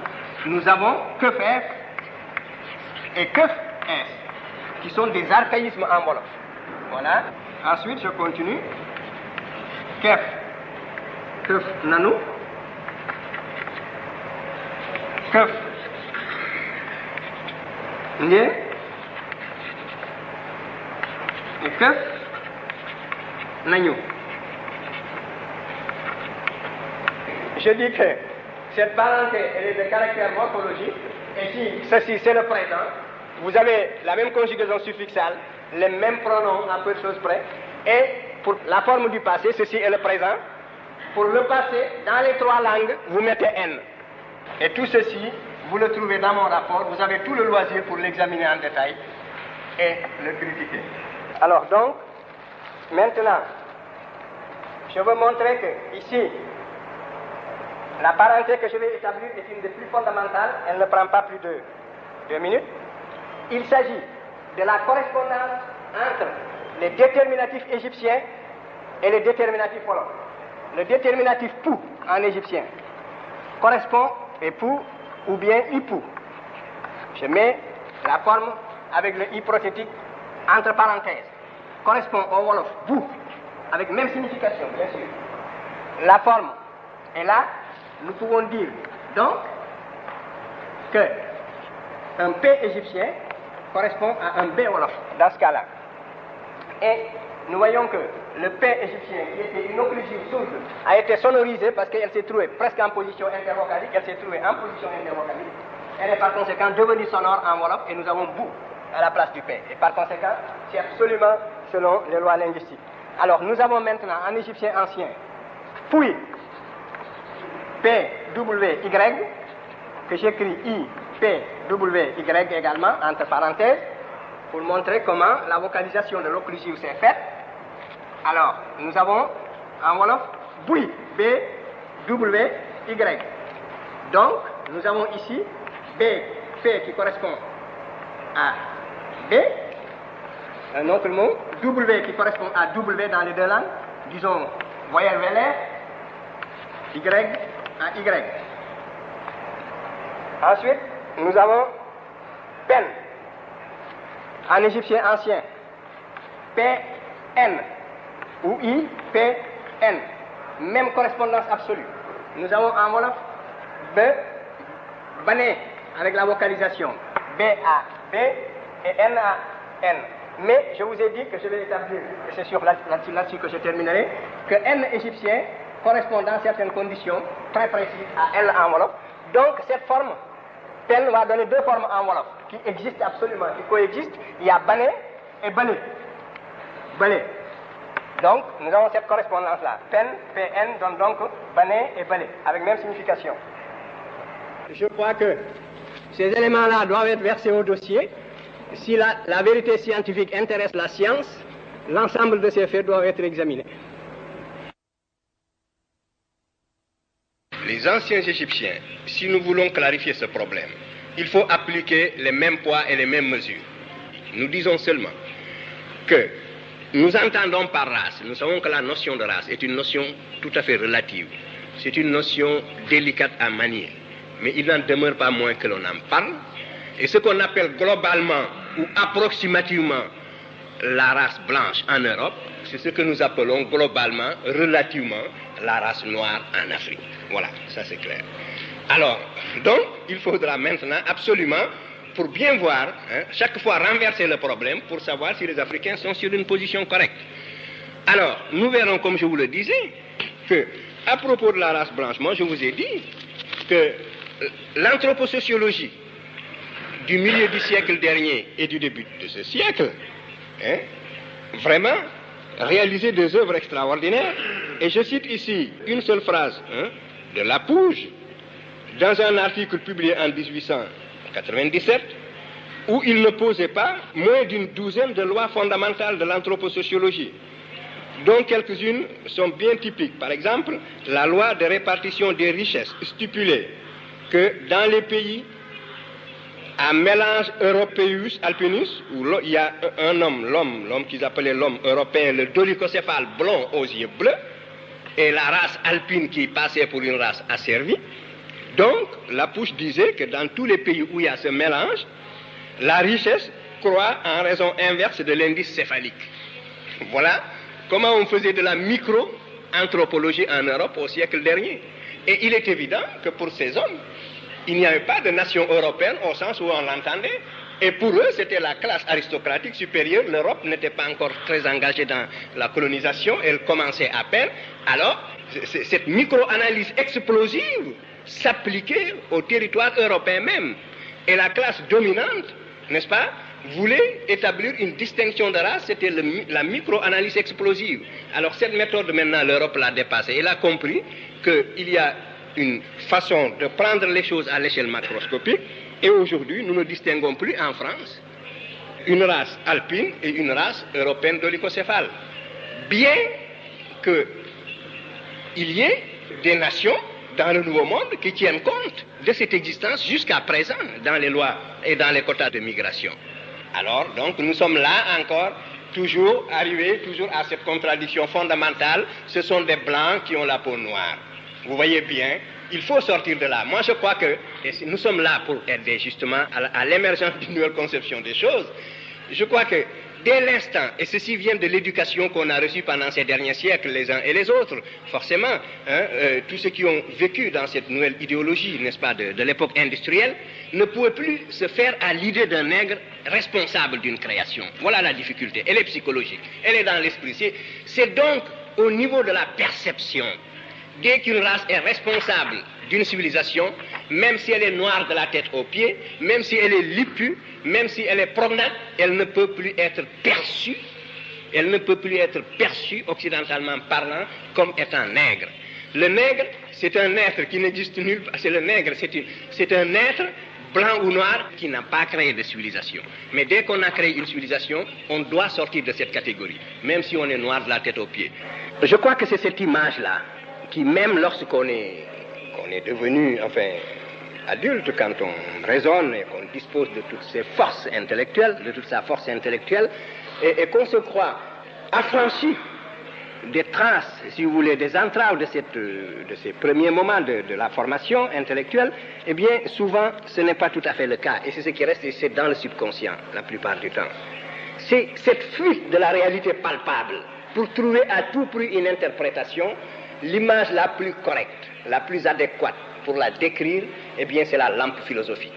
La lampe philosophique, vous savez ce que c'est, que je ne vais pas donc vous la décrire en détail, mais en tout cas, c'est une lampe qui brûlait selon des principes que la science n'avait pas encore expliqués jusqu'à ce jour, ou qu'elle venait de découvrir. Et les philosophes qui jusque-là avaient créé le monde sur la base d'autres principes, pour eux, ils étaient perdus, c'était en dehors des principes, en dehors de ce qui pouvait être. Par conséquent, la flamme était là, mais elle n'existait pas. Et la négation de la race égyptienne aujourd'hui, en dépit de toute cette réalité palpable que je mets sous les yeux des plus grands spécialistes du monde, n'est-ce pas? Eh bien, c'est cela. C'est cet effet de l'éducation, je crois. Pour abonder dans le sens, vraiment, dans le sens du professeur Vercouter, et apporter une précision. C'est pour cela que j'interviens. Je voudrais dire ceci, que une mission, l'étude de la région du Darfour, le Darfour est presque contigu, pas tout à fait, mais c'est à l'ouest de cette région dont je viens de parler. Alors, la migration dont j'ai parlé s'est scindée en deux. Il y en a une qui longe en quelque sorte le tropique, qui est entre les deux tropiques, si vous voulez, entre le tropique et l'équateur, et qui s'est glissée dans ce couloir, n'est-ce pas, jusqu'au niveau du Sénégal, et l'autre qui a immédiatement suivi la vallée du Zaïre, au niveau de la vallée du Wélé, que l'on peut absolument jalonner, et qui arrive jusqu'à l'océan Atlantique, qui remonte un peu la côte, et qui s'arrête au niveau du Cameroun. Et alors, donc, les populations qui sont dans la région du golfe de Guinée, c'est-à-dire les Yoruba et autres, apparaissent comme des populations piégées. Et nous voyons là une superposition de deux populations. Nous voyons que la migration Yoruba et la migration de la région du golfe de Guinée est une migration antérieure, et alors l'autre est venu la prendre presque comme en tenaille, parallèlement d'une part et avec une descente. Donc, en étudiant le Darfour, on étudierait bien le point de départ de ces migrations, c'est-à-dire toute cette région du Haut-Nil que Mme Blanc avait signalé. Je voudrais que cette région soit inclue, la région de Nouer, Chiloup, Dinka, Kaukau, avec accent mis sur l'étude des Kaukau particulièrement qui risque de disparaître.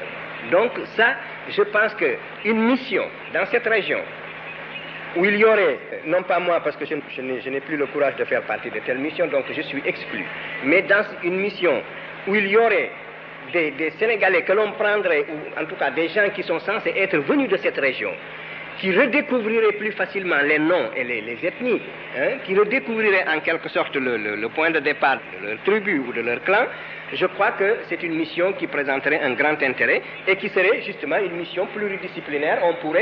Il ne s'agirait pas de composer seulement cette mission avec des Sénégalais, mais il faudrait qu'en plus, il y ait des spécialistes en linguistique qui viendraient de l'Ouganda ou d'autres régions, des spécialistes de telle autre langue, etc.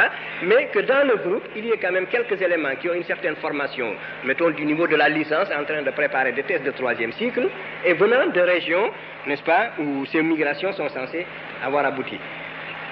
Voilà pour donc l'étude que je propose. Et deuxième point, pour rejoindre la proposition du professeur Vercouter que je voudrais préciser comme travail à faire en ce qui concerne la paléoécologie du delta. Tout au cours de son exposé, le professeur Vercouter a insisté sur le fait que le delta au nord de Mérindé était absolument inexistant et que ce que nous appelons aujourd'hui le delta au nord de Memphis, c'était absolument la mer. Il est extrêmement important de savoir à quelle époque, à cause de l'alluvionnement du Nil, à partir de quel moment l'alluvionnement a fait émerger la terre et a rendu cette région habitable. Et ce problème, le C14 peut le résoudre aujourd'hui. Voilà donc un exemple d'étude, une étude très précise, possible. La mer ou le delta s'est comblé petit à petit avec les alluvions, et quand le niveau est arrivé au niveau de la mer, c'était une région bourbeuse, et quand le niveau des alluvions a dépassé le niveau de la mer, la terre est devenue habitable. Alors cette couche de contact, qui est la couche juste au-dessus du niveau de la mer, nous pouvons aujourd'hui la dater, parce qu'elle est nécessairement composée de matières organiques qui n'ont pas eu le temps de se décomposer. Le Nil charrie donc les limons, c'est accompagné de racines, de toutes sortes de matières organiques. Et alors, au niveau de cette couche, si on prend une carotte, on appelle ça une carotte, si on fait une carotte, alors on pourra atteindre cette profondeur correspondant au niveau de la mer, et je pourrais la dater conjointement au laboratoire de C14 de l'Université du Caire, qui est sous la direction du docteur Mokhtar. Et alors, il serait extrêmement important que la carotte étant prise, alors le professeur Eskender, par exemple, fait des coupes, et alors il me donne la moitié, il garde l'autre moitié, et nous datons successivement, n'est-ce pas, coupe par coupe, nous aurons un gradient des âges depuis le niveau de la mer jusqu'à l'époque subactuelle. Ce serait intéressant de faire ça. Voilà quelque chose qui ne coûte presque rien, les datations, en tout cas que nous ferions à Dakar, c'est des datations gracieuses. Donc ce ne serait même pas payant. Il y aurait que la carotte à sortir et à donner une partie au professeur Eskender et l'autre à nous. 1984, conférence à Niamey, Niger. Je crois que le mal que l'occupant nous a fait n'est pas encore guéri. Voilà le fond du problème. L'aliénation culturelle finit par être partie intégrante de notre substance, de notre âme. Et quand on croit s'en être débarrassé, on ne l'a pas encore fait complètement. Souvent, le colonisé ressemble un peu, ou l'ex-colonisé même, ressemble un peu à cet esclave du 19e siècle qui, libéré, va jusqu'au pas de la porte et puis revient à la maison parce qu'il ne sait plus où aller. Il ne sait plus où aller.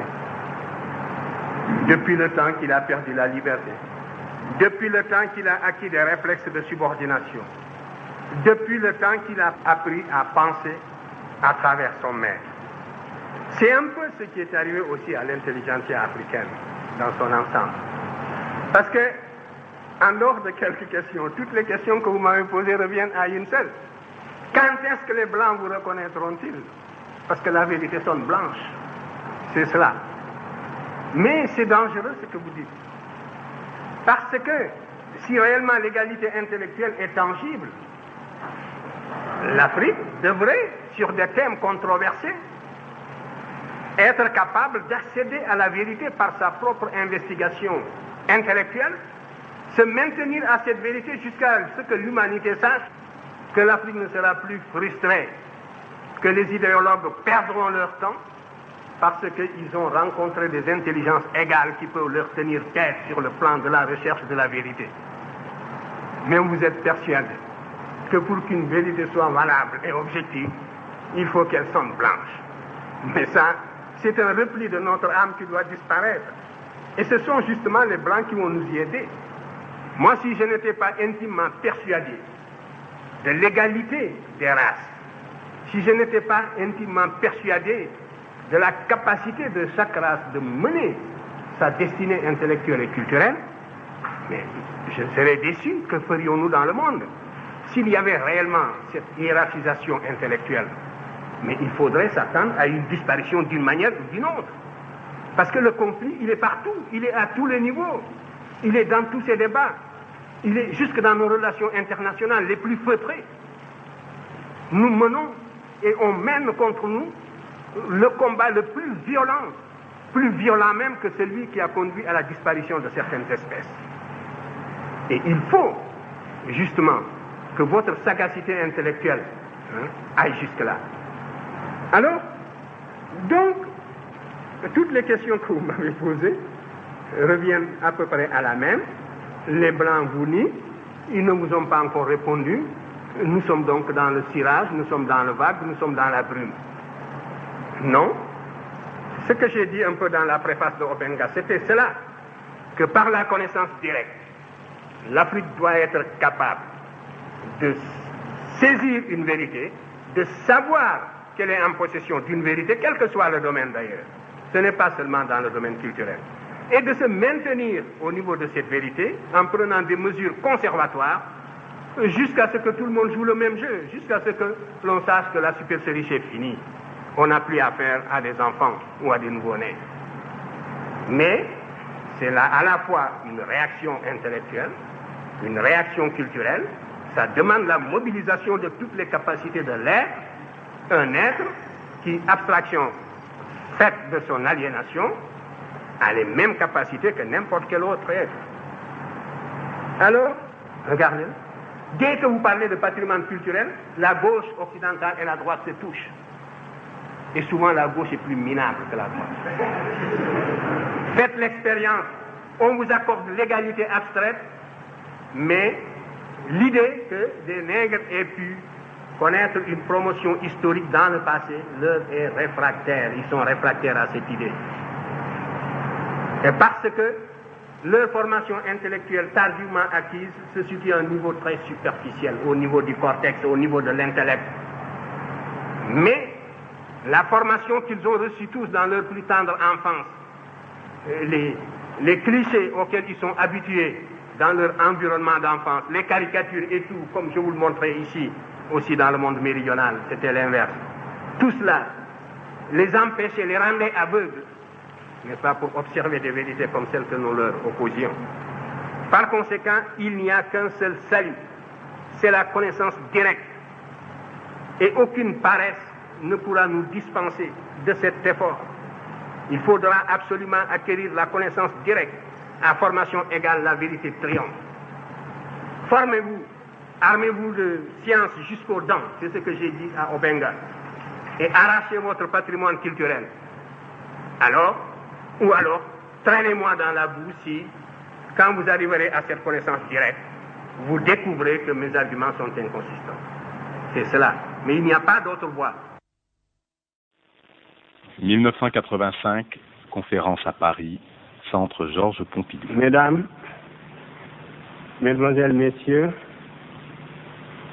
la causerie de ce soir porte sur l'importance de l'Égypte dans les civilisations africaines. Et lorsque je parle de civilisation africaine, il s'agit bien de l'ensemble des civilisations du continent africain. Je crois que nous devons de plus en plus nous habituer à concevoir le continent africain dans sa globalité, puisqu'aussi bien, depuis des millénaires, ce continent, à notre insu, nous a coulé dans le même moule. Bien sûr, je mettrai davantage l'accent sur l'origine même de cette civilisation, le processus de son développement à travers le temps, mais ne perdez jamais de vue ces points de vue unitaires de ma pensée. Cette précaution d'usage prise, je crois que il est bon de serrer de près les conditions même d'émergence de cette civilisation. Et ceci nous oblige à dire ne serait-ce que deux mots sur également le processus d'apparition de l'humanité. Tout cela ne fera qu'éclairer davantage notre chemin et nous permettre de saisir mieux des faits qui étaient restés jusqu'ici dans l'ombre, en dehors de l'explication scientifique. Vous savez que jusqu'à une époque relativement récente, les théories étaient nombreuses qui faisaient venir les populations qui ont civilisé l'Afrique de toutes les régions. On peut dire qu'il y avait autant de théories que de points cardinaux. C'est l'avènement des méthodes de chronologie absolue qui a permis de mettre fin à cette sorte d'anarchie et de jeter une lumière singulière sur les faits préhistoriques et même sur les faits historiques. En effet, c'est depuis que l'on a pu assigner des dates absolues aux faits préhistoriques et même à des faits historiques jusqu'à quelques siècles avant nous, que l'on a commencé à voir clairement dans l'histoire de l'humanité. Et jusque-là, les méthodes de datation qui étaient utilisées reposaient sur la stratigraphie et elles n'étaient pas assez fines et assez pertinentes pour obliger la plupart des savants à changer les idées qu'ils aimaient se faire sur l'origine de l'humanité. Ainsi, une grave autorité à l'époque s'était prononcée en disant que l'Afrique était à la traîne. Cela voulait dire que tout ce qu'on pouvait trouver en Afrique comme fait de civilisation ne pouvait dater que d'une époque relativement récente et qu'il était même devenu une sorte de sacrilège de comparer les faits de civilisation africaine des faits de civilisation des autres continents. Il fallait considérer l'ensemble du continent africain à part. Et ensuite, ce fut l'avènement des méthodes radiométriques. Vous connaissez ces méthodes. Comme je viens de vous le dire, elles permettent de dater de façon précise l'âge des événements.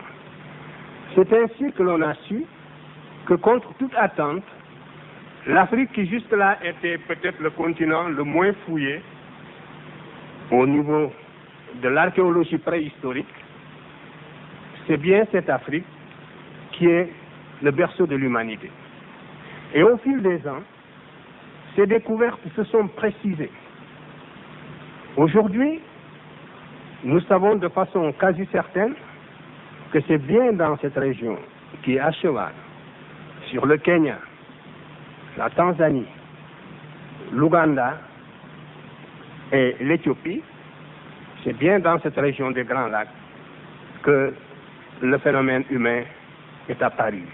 C'est bien là que l'humanité a pris naissance, suivant un axe qui, nord-sud, peut descendre même, quelquefois, jusqu'en Afrique du Sud. Nous savons que cette séparation de l'homme et de l'animal, s'est effectuée il y a environ 5 500 000 ans. Je vais passer très rapidement pour arriver à la période proprement historique de la civilisation égyptienne qui vous intéresse, mais je dois quand même remonter à ses racines, qui sont en même temps aussi celles de l'humanité. Donc, c'est dans cette région que l'humanité a pris naissance. Nous pouvons dire en gros qu'il y a eu 6 spécimens d'hominidés. L'homme et ses cousins forment la famille qu'on appelle les hominidés. Cette famille comprend 6 spécimens. Les 3 premiers spécimens n'ont jamais atteint un potentiel d'expansion suffisant pour sortir de l'Afrique, du moins tel est le cas dans l'état actuel de la recherche. Les 3 derniers spécimens seuls ont atteint un potentiel d'expansion pour sortir de l'Afrique et aller peupler le reste de la Terre. C'est donc dire que toute l'espèce humaine, sous sa forme diversifiée actuelle, est d'abord née en Afrique et est sortie de l'Afrique en 3 vagues successives pour peupler le reste de la Terre. Et c'est au cours de ce peuplement du reste de la Terre que l'espèce humaine s'est différenciée en d'autres races. Ce point de vue doit être saisi clairement. Les 3 premiers spécimens dont je vous ai parlé, que je viens d'évoquer et qui portent des noms barbares que vous n'êtes pas obligé de retenir, sont évidemment les 2 variétés d'Australopithèque, Robustus et Gracile, l'Homo habilis. Ces 3 spécimens ne sont jamais sortis du continent. Ensuite, Il y a eu l'Homo erectus, c'est le premier spécimen sorti de l'Afrique, qui est entré en particulier en France. L'homme qu'on appelle l'homme de Totavel, et on a fait une exposition d'ailleurs de l'homme de Totavel au musée de l'homme, peut-être vous l'avez visité. Il est arrivé en France aux environs de 400-500 000 ans à tout casser. Cet homme aussi, qui était déjà très évolué, va disparaître, va aboutir à une sorte de voie de garage, ce qu'on appelle une évolution buissonnante.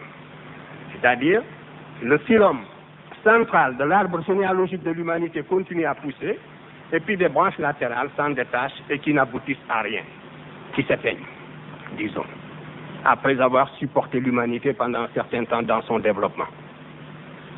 Ça a été le cas de l'Homo erectus, que nous trouvons ici en France, mais il était sorti de l'Afrique. Il est passé probablement par le détroit de Bering, de Gibraltar, peu importe, et par l'isthme de Suez aussi. Le même homme, on le trouve en Asie également, partout dans le vieux monde, sauf en Amérique. Ensuite, il y a eu l'homme de Néandertal qui l'a suivi. L'homme de Néandertal a vécu pendant le Vurmien, la dernière glaciation que la Terre a connue et qui a duré 100 000 ans. C'était une période extrêmement froide. Et l'homme de Néandertal a vécu pendant cette période. On avait pensé que l'homme de Néandertal était vraiment un spécimen typiquement européen, que peut-être même il était issu de la spécialisation, en quelque sorte, de l'Homo erectus en continent européen pendant cette période de la dernière glaciation. Mais les dernières découvertes africaines s'inscrivent en faux contre cette conception, parce qu'on a trouvé également en Afrique des hommes de Néandertal, et chaque fois les fossiles africains sont plus anciens que les fossiles européens. Il y a toujours ce décalage chronologique qui permet d'expliquer les derniers par les premiers. Ainsi donc, ce point de vue ancien doit être révisé dans le sens d'une origine africaine et non pas d'une spécialisation de l'Homo erectus sur le continent européen. Et le dernier spécimen, c'est l'Homo sapiens, l'homme 2 fois sage, qui a un front haut, qui a la morphologie de l'homme moderne actuel, que cet homme soit noir, blanc ou jaune. Ce dernier, donc, l'homme comme vous et moi, quelle que soit son apparence physique, cet homme est sorti de l'Afrique, est apparu, est attesté en Afrique, il y a 120 000 ans, à l'exclusion de toute autre région de la Terre. Cet homme va vivre en Afrique sans sortir du continent jusque vers moins 40 000 ans. Il atteint à son tour un potentiel d'expansion pour sortir du continent africain. Cela veut dire que si ces 3 spécimens d'humanité n'étaient pas sortis de l'Afrique et y étaient restés cantonnés, le reste de la Terre aurait été désert, n'aurait pas été habité, et l'humanité aussi aurait été homogène. L'humanité ne se serait pas différenciée en changeant d'apparence sous des climats différents. L'humanité serait restée homogène. Cela veut dire que cette première humanité était nécessairement négroïde.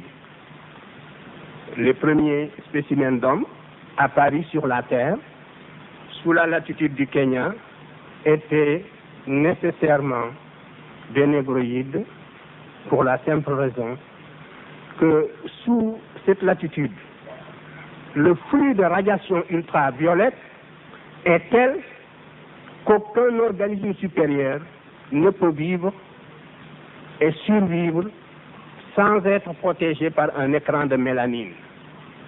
Parce que, vous voyez, la nature ne fait rien au hasard, et la nature a protégé l'espèce humaine sous la latitude équatoriale où elle est née par un écran de mélanine, sinon cette humanité n'aurait pas survécu. Si la nature s'était prononcée en sens inverse, et si l'humanité avait d'abord pris naissance ici en Europe, sous les latitudes tempérées, elle eût été d'abord leucoderme. Elle n'aurait pas été pigmentée, la pigmentation n'aurait pas été nécessaire pour la protéger d'un flux de radiation quasi inexistant.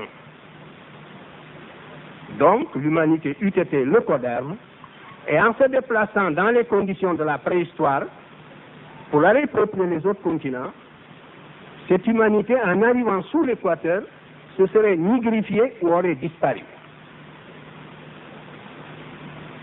Donc, cette manière de présenter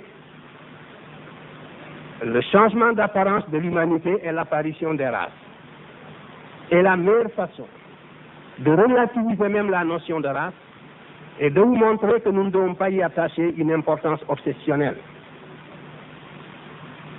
Donc, c'est le hasard de l'évolution qui a voulu que l'homme ait pris naissance en Afrique, donc l'homme était d'abord noir. Et cet homme est l'ancêtre de toutes les autres races. Et en sortant de l'Afrique, vers moins 40 000 ans, et en entrant en Europe, cette première population négroïde va vivre dans le midi de la France et de l'Europe. Elle est entrée par l'Espagne, et le chemin qu'elle a suivi, justement, est tracé par toutes les peintures rupestres qu'elle a laissées, par l'art aurignacien, plus exactement, que cette humanité a laissé, dans la région de l'Autriche, avec les Vénus Willendorf, jusqu'au lac Baïkal, dans la région de Crimée, dans toute l'Europe méridionale, à l'exclusion de l'Europe du Nord, qui à cette époque, sous la dernière glaciation, il y a 40 000 ans, au moment où cette humanité quittait l'Afrique pour entrer en Europe, toute la région nord de l'Europe était inhabitable. Toute la Scandinavie était sous les glaces, et c'est seulement après la fonte des glaces que l'on va trouver une humanité en Scandinavie, des traces de vie humaine. De la même façon, tout le nord de l'Angleterre était inhabitable, toute la Sibérie était inhabitable. Dans une de nos publications, nous avons donné justement la ligne, le front des moraines glaciaires qui montre les régions de l'Europe que l'homme pouvait occuper à cette époque.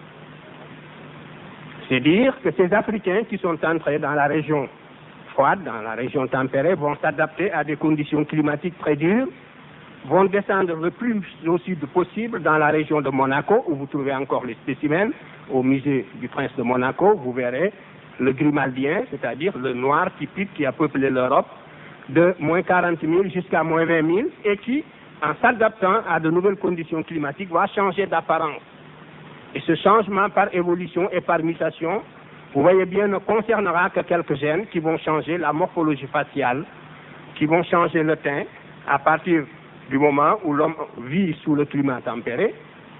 Là, ce sont les individus à peau claire qui sont les mieux adaptés, contrairement à ce qui s'est passé en région équatoriale. Et donc, par sélection adaptation, le teint va s'éclaircir et, vers moins 20 000 ans, apparaît pour la première fois dans l'histoire de l'humanité une nouvelle race qui correspond à la morphologie leucoderme, à l'homme de Cro-Magnon. Il importe donc de bien saisir ces deux éléments d'un chaînon qui se développe, l'homme de Grimaldi, le premier habitant de l'Europe, qui est un envahisseur négroïde, qui par mutation et évolution sur le continent européen au bout de 20 000 ans, donne naissance au premier leucoderme, n'est-ce pas, qui est l'homme de Cro-Magnon, qui est le responsable de l'industrie solitréenne à belle lame que vous connaissez aussi très bien. Mais antérieurement à cette période, la morphologie leucoderme n'est pas attestée. Et ainsi de suite, cette humanité donc va irradier tout le continent asiatique et à travers le détroit de Bering, elle va peupler l'Amérique.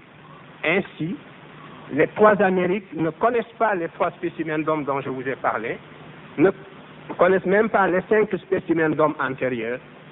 Les trois Amériques ne connaissent que l'Homo sapiens sapiens qui a traversé le détroit de Bering, qui était guéable pendant la dernière glaciation. Et donc, c'est ainsi que l'Amérique a été peuplée par l'homme moderne. De la même façon, ces hommes vont peupler aussi l'Australie et la Chine et le reste du monde. Voilà le processus d'apparition de l'humanité, sa différenciation et comment la Terre a été peuplée à partir de l'Afrique. C'est dire que cette humanité est une et qu'elle a les mêmes capacités intellectuelles, quelle que soit son apparence.